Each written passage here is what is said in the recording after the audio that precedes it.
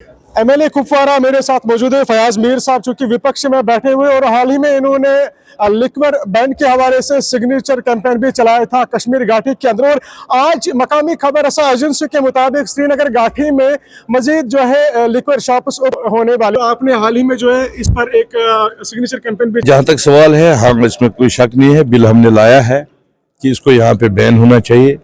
अब जहाँ मैंने तो आपसे ही सुना कि ऐसा हो रहा है कि कुछ और शॉप्स से खोलने जा रहे हैं, तो श्रीनगर के जो एमएलए नेशनल कॉन्फ्रेंस के जो उन्होंने भी बिल लाया है, तो मुझे समझ नहीं आते, जब सरकार इनकी है, एक तरफ से यही बिल लाते हैं, दूसरी तरफ से यही वहाँ और लिक्वर शॉप खोलने जा रहे हैं। प्रतिबंध की मांग आप लोग कर रहे हुए विपक्ष में बैठे हुए?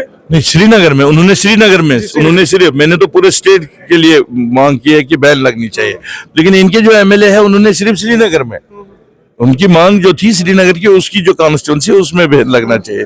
तो अभी जब आप कह रहे हैं कि वहां पे ये खोलने जा रहे हैं, तो ये समझ नहीं आ रहा है कि ये सरकार जो है कहने को कुछ तो बहुत कुछ कह रहे हैं, लेकिन पीछे क्या इनकी मंशा है वो तो इसी पे समझ आ रही है कि या तो ये बजट में कुछ चीजें इन्होंने की है जो लेडीज को फ्री, हालांकि बसें तो है नहीं, वो भी एक मतलब 1 करोड़ रुपया अगर उसमें खर्चा आएगा साल का, तो दूसरे साइड से पेट्रोल और डीजल को कम से कम 400 करोड़ रुपया इन्होंने चढ़ाया। यहाँ पे लोग कह रहे हैं कि हमें समझ में नहीं आ रहा, एक तरह से विपक्ष प्रतिबंध की मांग करे, नेशनल कॉन्फ्रेंस भी सपोर्ट देने के लिए तैयार है, लेकिन इस प्रकार की हरकतें और ये सारा कुछ खोलने वाले। देखिए, ये डबल इंजन सरकार जो अंदर बैठी है,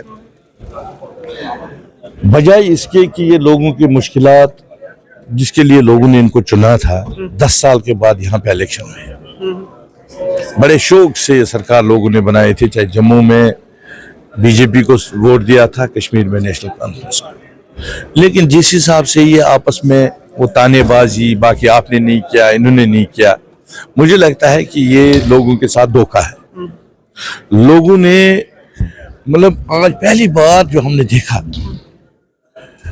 सबसे ज्यादा परसेंटेज अगर वोटिंग में अगर आप देखोगे श्रीनगर में जहां बाइकाट होता था, पहली बार लोग निकले यहाँ पे तो लोगों को बहुत ज्यादा उम्मीदें इस सरकार से थी। लेकिन जो इस हाउस में हो रहा है रोजाना, ये 2 पार्टियां जिनकी डबल इंजन की सरकार है, एक की दिल्ली में है, एक की यहाँ, बजाय इसके आज पार्लियामेंट सेशन चल रहा है, अगर आपके पास कुछ है नहीं, करिए यहाँ हाउस बंद, चलिए, आप चलने के लिए तैयार हो जाओ? तैयार हूँ, पीडीपी चलने के लिए? बिल्कुल, अगर ये बोलेंगे बिल्कुल। हमारा एक मुल्क था, हमारा अपना आईन था, हमारा अपना झंडा था, हमारी अपनी रियासत थी, सब कुछ छीना गया।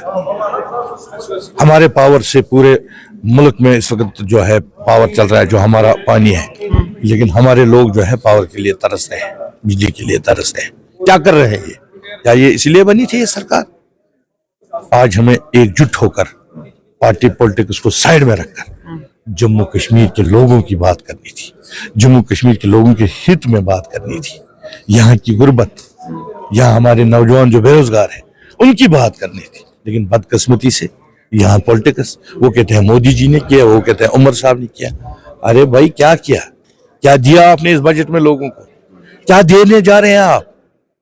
यहाँ ड्यूल कंट्रोल है, बीजेपी जिम्मेदारी से भाग नहीं सकती है, ये उनकी भी जिम्मेदारी है।